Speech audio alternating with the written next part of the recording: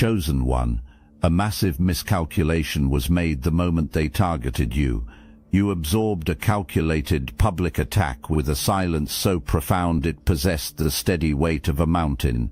Because of your unbothered reaction, the way you handled that disrespect so calmly, they're having theories about your past, obsessed with uncovering what kind of history forged such an impenetrable spirit.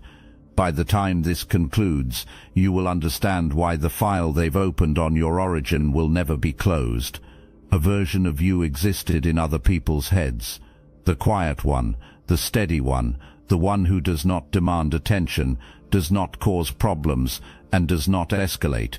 The one who has absorbed things before, and people noticed that.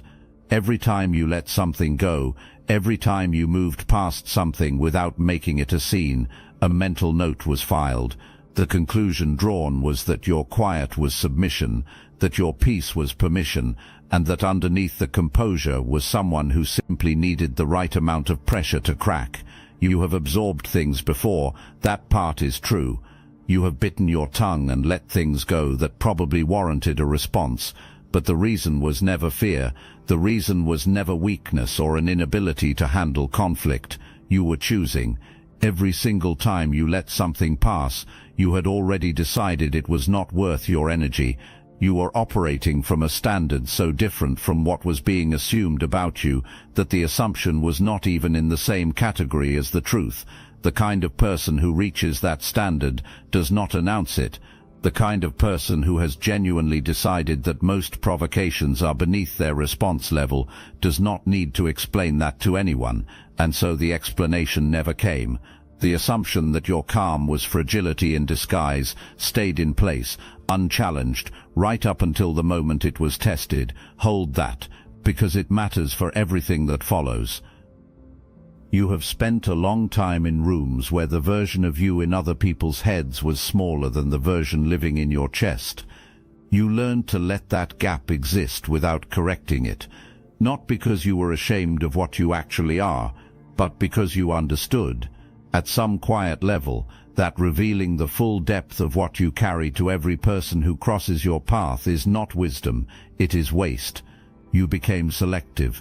You reserved the real version of yourself for spaces that had earned it, and to everyone else you gave the surface, the calm, the composed exterior that communicated nothing to see here, nothing to test, nothing worth your time. That selectivity was never weakness, it was discernment.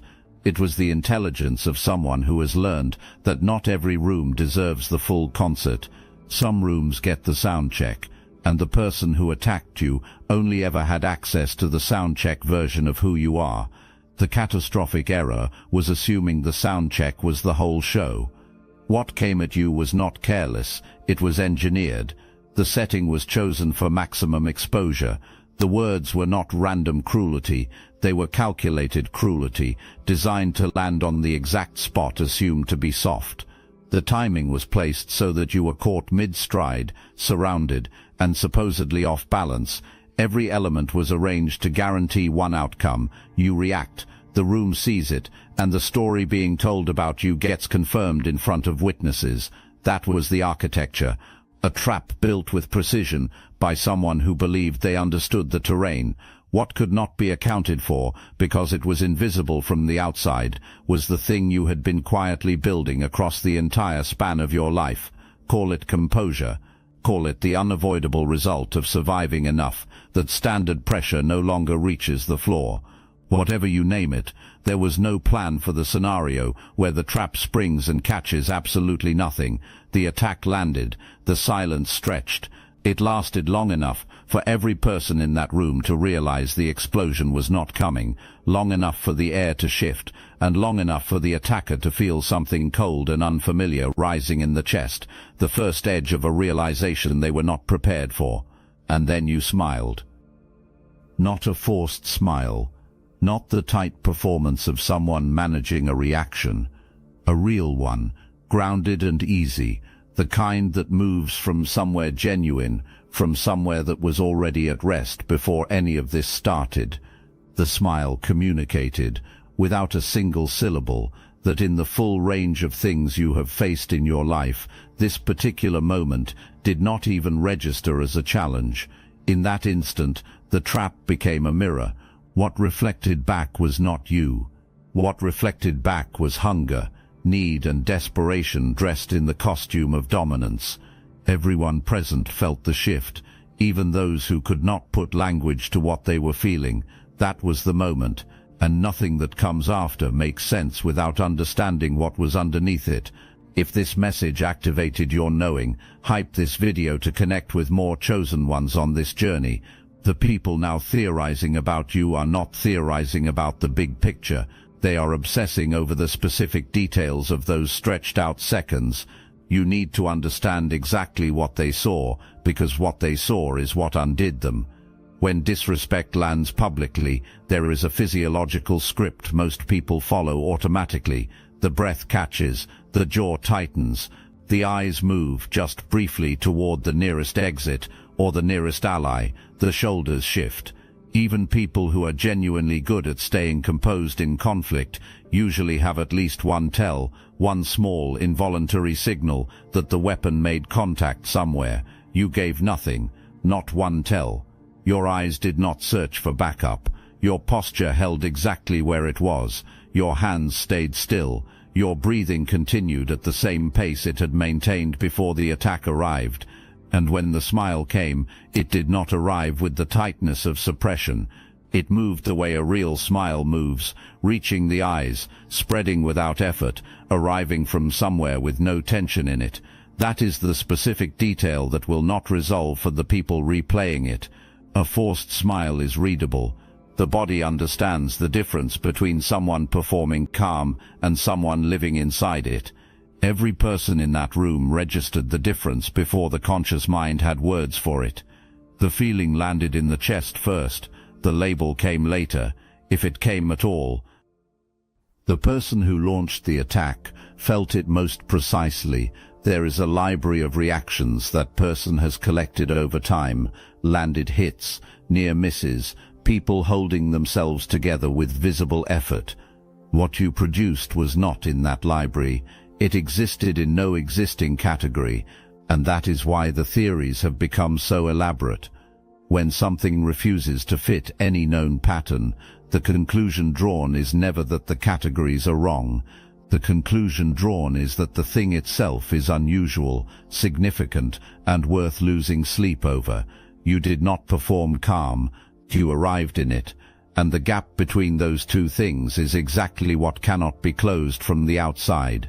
Here is what arriving in calm actually feels like from the inside, because you know this better than anyone watching ever could. It does not feel like triumph. It does not feel like victory or strategy or the satisfaction of winning a confrontation. It feels like nothing, not emptiness, nothing as in the complete absence of the spike, the surge, the adrenaline rush that other people feel when they are in that kind of moment. Your body simply did not register it as a crisis.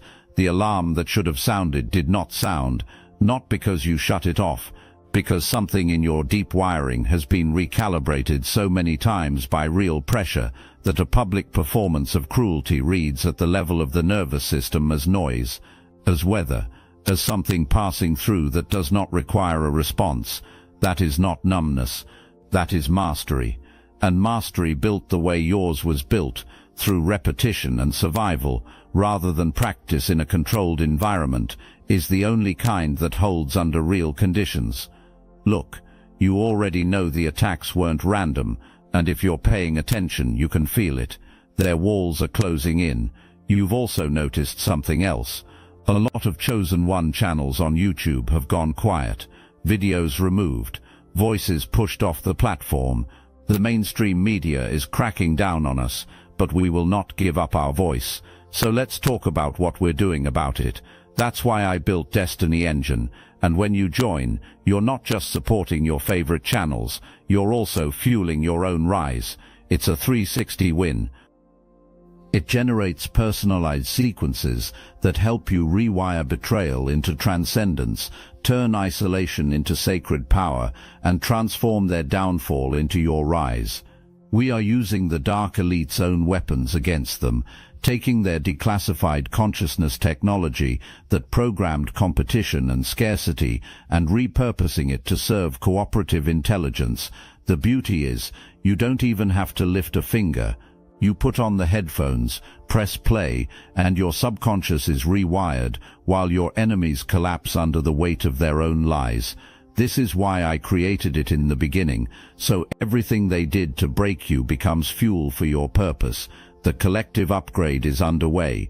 Start your destiny engine for $1 today and watch divine justice accelerate in your life. Link in the description. That calm did not come from a good season. It did not come from smooth circumstances or an easy run of days. It came from the years, the specific, unglamorous, unrewarded years of being tested in ways that never announced themselves as tests. Think about the seasons when everything that should have been stable was not, when the people who should have been reliable were not, when situations you did not choose arrived anyway and demanded a response from a version of you that was not ready and had no armor. You did not handle those seasons perfectly. Nobody does. But you did something more important. You survived them. You kept moving. The next difficult season arrived, and you survived that one too. Somewhere in that repetition, in the pattern of absorbing the impact and getting back up and absorbing the next one and getting back up again, something inside you recalibrated. Your nervous system learned, your whole self learned, that the floor was further down than you had feared. You learned that you could go all the way to the bottom of something and still find yourself standing. That knowledge does not come from being told. It gets installed, piece by piece, through the lived experience of being tested past the point you thought you could hold, and discovering that you held anyway. Once it is installed, it changes how you move through the world in a way that shows without being performed. Other people sense it before you say a word. Because it is not a posture, it is structural. It lives in the foundation. What the room felt during the attack was not composure as a performance. What the room felt was the real thing, the kind built from depth. And depth was precisely what the attack had no capacity to measure. When the hard seasons came, and they came in forms that were not fair and did not wait for readiness, you faced a choice that most people do not fully recognize as a choice. You could have let the damage become the identity. You could have built your entire presentation around the wounds, made the pain the headline, and made the struggle the permanent explanation for every wall and every closed door. There is a version of the story where everything difficult becomes the thing you lead with forever. You did not do that. Not because the pain was not real, not because the cost was not significant. Somewhere in the middle of the mess, a decision was made, quiet, private, unannounced, that the story of what broke you was not going to be the story you handed to every room for the rest of your life. That decision is exactly what the attackers sensed without being able to name. When the disrespect landed on the spot assumed to be soft, what was found instead was scar tissue, healed and solid, not the original surface but something that had closed over and hardened into material more durable than what existed before. That is not the same as pretending nothing happened.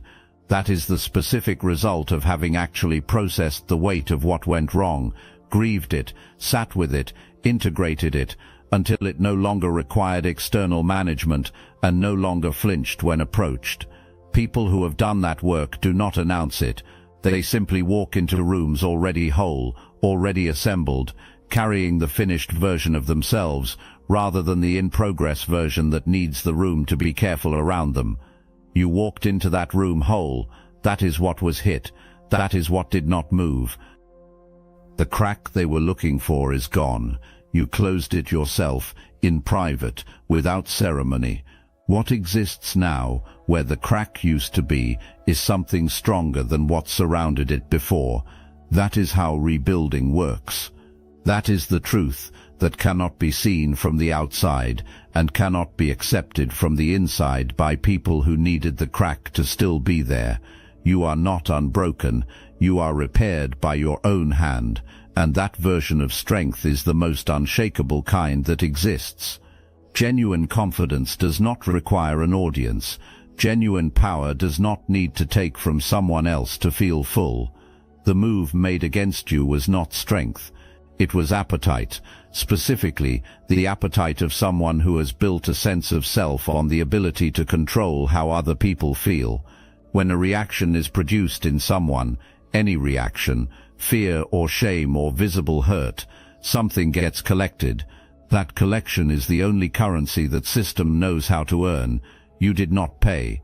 Not with anger, not with tears, not with defense or explanation, and not with any signal that the weapon had found purchase. The transaction was attempted, and nothing transferred.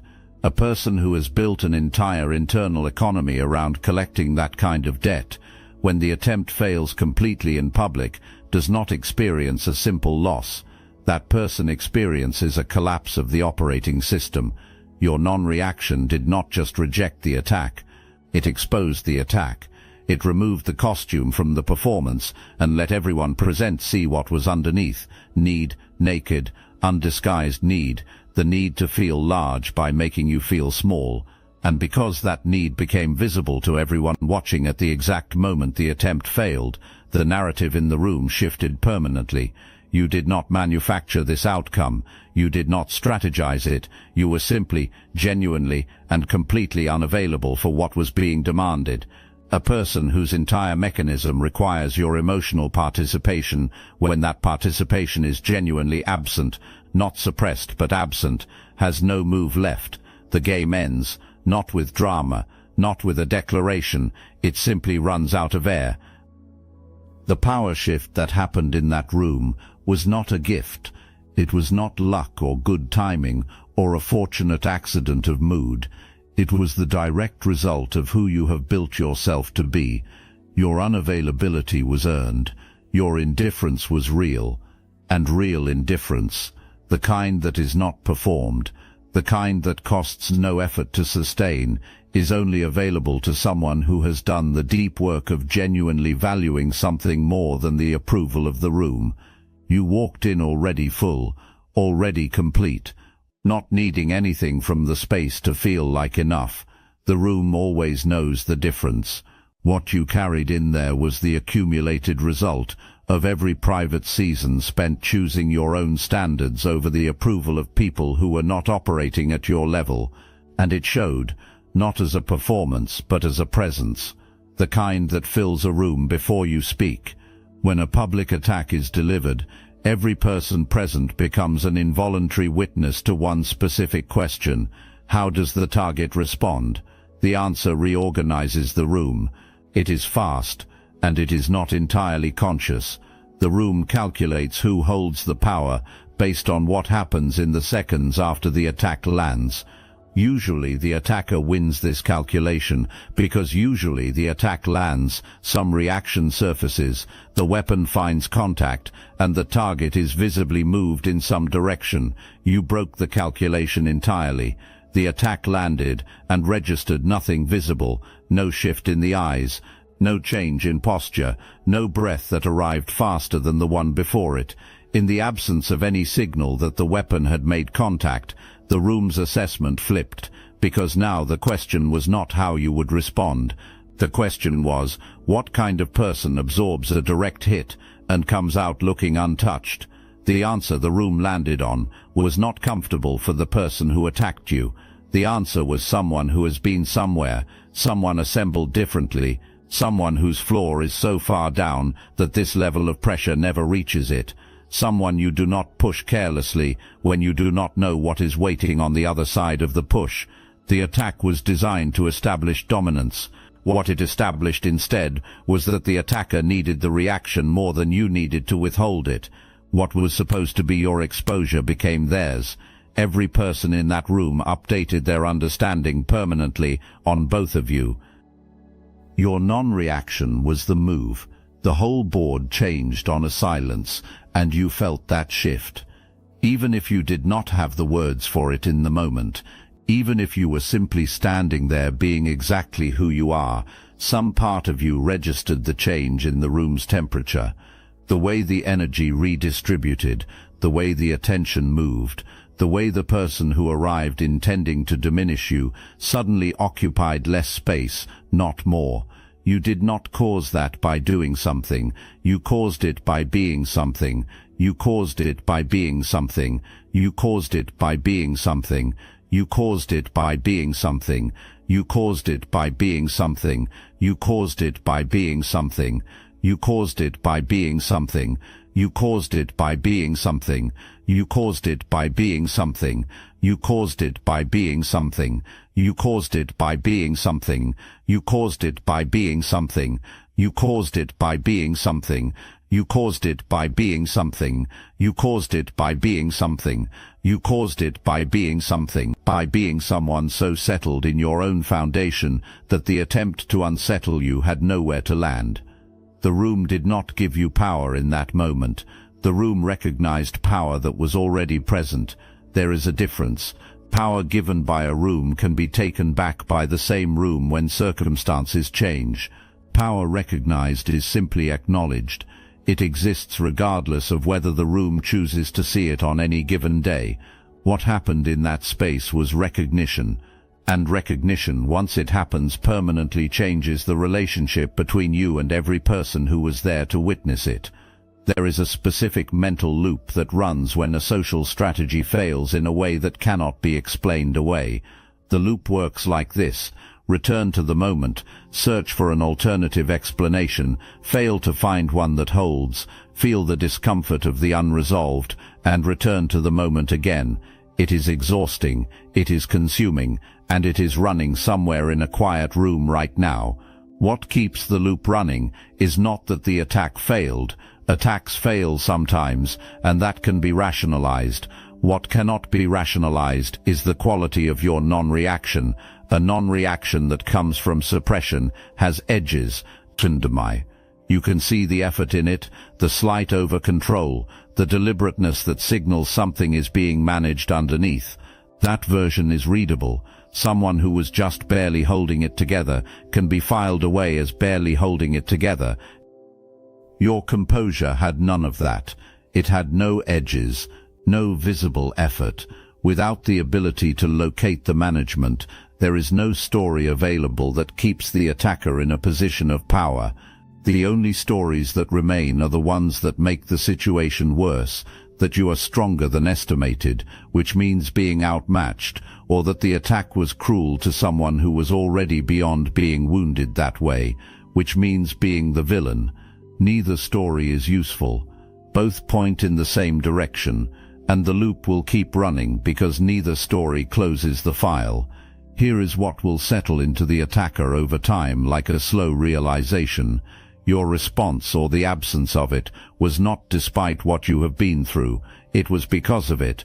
The very mechanism used to try to break you is the same mechanism that built your defense. Every attempt to reach you contributed to the armor rather than finding a gap in it. There was never going to be a version of that attack that worked, because the strategy depended on a vulnerability that was dismantled long before the attack was ever designed. You have already moved on. The loop is not yours.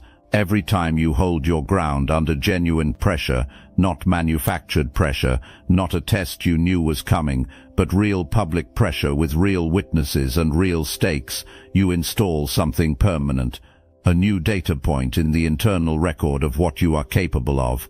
Proof, not theory, of where your actual floor is. Proof operates differently than belief. Belief needs reinforcement. Proof just exists, logged, permanent, and available the next time something comes at you. You are different now than you were before that room. Not dramatically and not visibly, but at the level where it matters, the level of what you know about yourself. The record has been updated. You have evidence now, not a feeling that you could probably hold steady, evidence that you did. Under real conditions, in front of real witnesses, against a real and calculated attempt to break you, that evidence makes the next hard moment smaller, not easier, smaller, closer to a category you have already handled, and each time you handle the next one, the record updates again. This is how the composure compounds, not by working harder at it, by surviving the moments that test it, and noticing afterward that you are still standing. Something else happens too, something that extends beyond what you know about yourself into what others know about you. The room updated its understanding of you, and that update does not expire.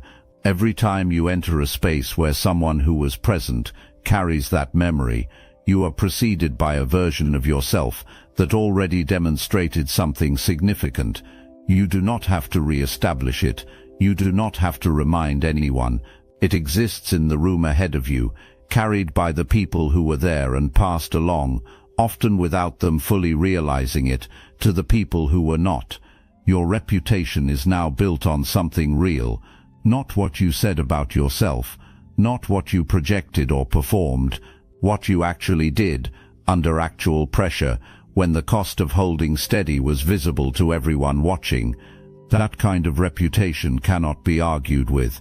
It was witnessed. What was engineered as your undoing handed you a confirmation you did not even know you were still seeking. The person who designed that moment did not know they were participating in your upgrade. The intention was to take something. The result was delivering proof. And the proof belongs to you now, permanently, undeniably, regardless of what anyone else in that room decides to believe about what happened. Chosen ones do not arrive at this kind of strength by accident. The specific combination of difficulties, the exact configuration of pressures, losses and recoveries that built the person who stood in that room without flinching was not random. This kind of composure does not grow in comfort. It grows in the conditions of being tested past the point where most people stop and continuing anyway. It grows through being stripped of comfortable supports and discovering that those supports were never the actual source of what was holding you up. It grows through going deep enough into darkness that you find what is true about you when nothing external is propping you up. That process does not arrive randomly. It arrives for people who were already carrying something that made them capable of completing it. The difficulty does not create the strength from nothing. It reveals the strength that was already present, waiting for pressure sufficient to make it visible. You were always going to be this. The storms did not manufacture you. The storms uncovered you. There is a justice in what happened in that room, not the loud, punishing kind, but the quiet, structural kind that requires no enforcement from you. What was attempted was the reduction of someone who could not be reduced. The failure of that attempt, in front of witnesses, with the full attention of everyone present, carries its own consequence. You do not need to administer it. It was built into the structure of the moment itself. The confirmation is already circulating. The story is already traveling. And every version of that story, in every mouth it passes through, points in the same direction, toward you. There is something you need to be prepared for. When a move fails this publicly, the response is rarely immediate retreat. The ego does not absorb public failure gracefully. What follows instead is escalation, louder attempts, sharper provocations, a ramping up of pressure, because the alternative is admitting that the approach was never going to work. And that admission is the one thing the ego resists most completely. Let the escalation come.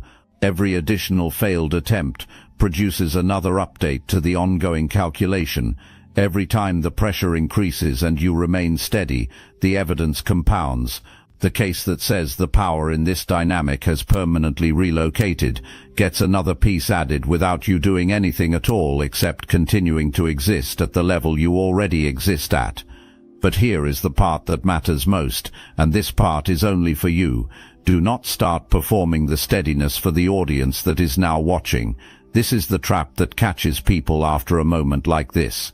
The eyes are on you now, and something can tempt you toward making sure the composure stays visible, engineering situations where the calm can be witnessed, positioning yourself so the unbothered demeanor registers with the right people.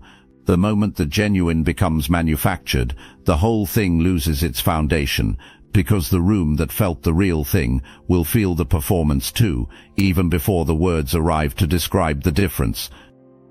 Your only job, now as before, is to keep doing what was already working, building, moving, and investing your attention in what actually belongs to you.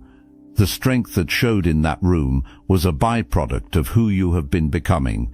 The way to honor it is to keep becoming that person.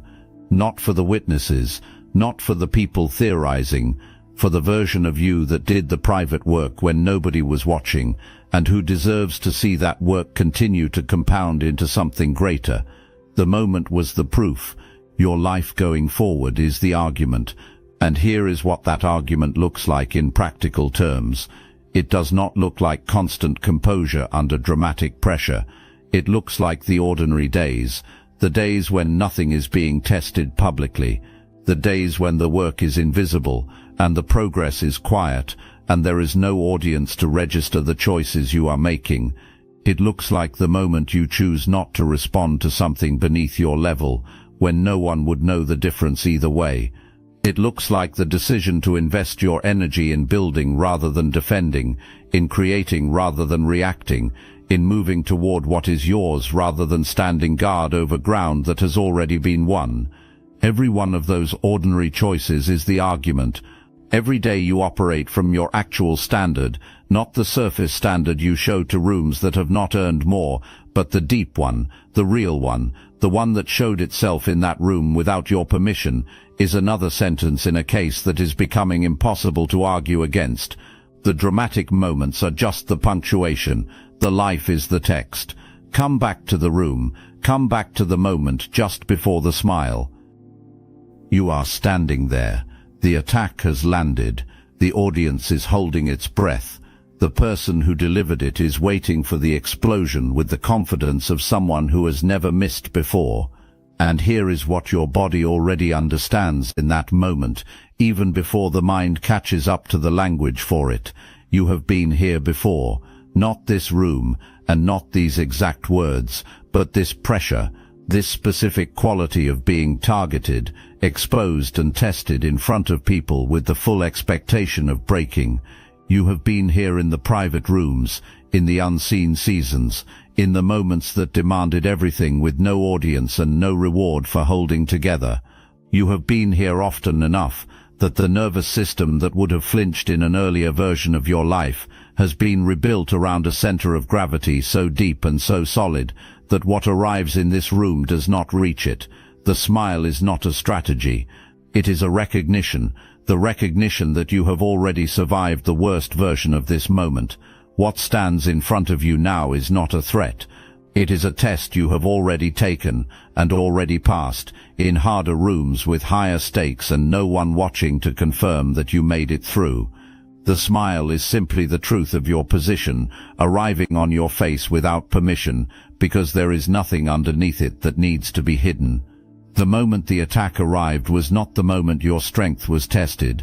Your strength was tested in every quiet moment before this one that nobody saw, in the private seasons of rebuilding, in the unglamorous, unrewarded work of choosing, over and over, to get back up and keep going when stopping was the more available option. All of those moments, the ones with no audience, no applause, no external confirmation that the work was doing anything, those were the real story. This room was the public confirmation of something that had already been decided long before anyone in it arrived. The wound became the work became the armor became the smile, and the smile, real, unforced, and genuinely unbothered, shook a room full of people and sent someone home unable to sleep, not because it was dramatic, but because it was true. Your past is not owed to people who only noticed you when you stopped reacting to their nonsense. Your survival is not content for speculation. Your transformation belongs to you. What belongs to the people in that room is the confirmation, public, permanent, and witnessed, that whatever they assumed about you, they were wrong, completely, irreversibly wrong, and what belongs to you is everything else. Let that land, not as consolation, as a statement of fact. You walked out with the audience permanently recalibrated in your direction. You did not demand that. You did not campaign for it. It happened because the truth of who you are, the genuine, unperformed, deeply built truth, is more compelling than any attack launched against it. The attack needed the room to believe a particular story about you. The truth of you simply showed up, and the story collapsed on its own. That is not luck. That is what it looks like when the work you did in private finally meets a public moment large enough to reflect it back. You are going to keep building. You are going to keep moving in the direction of what belongs to you. And as you do, you will find that the moment in that room becomes less of an event you carry and more of a confirmation you have already filed and moved past. Because chosen ones do not stop at the proof. Proof is not the destination. Proof is the marker that shows you how far you have already come and points at how much further you are designed to go. The calm that was read as weakness was always power. The stillness that was read as passivity was always strategy.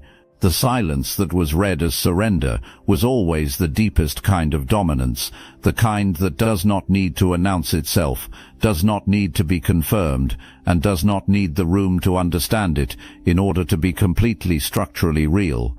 Chosen one, something was awakened in that room that cannot be put back to sleep, and you have not even begun.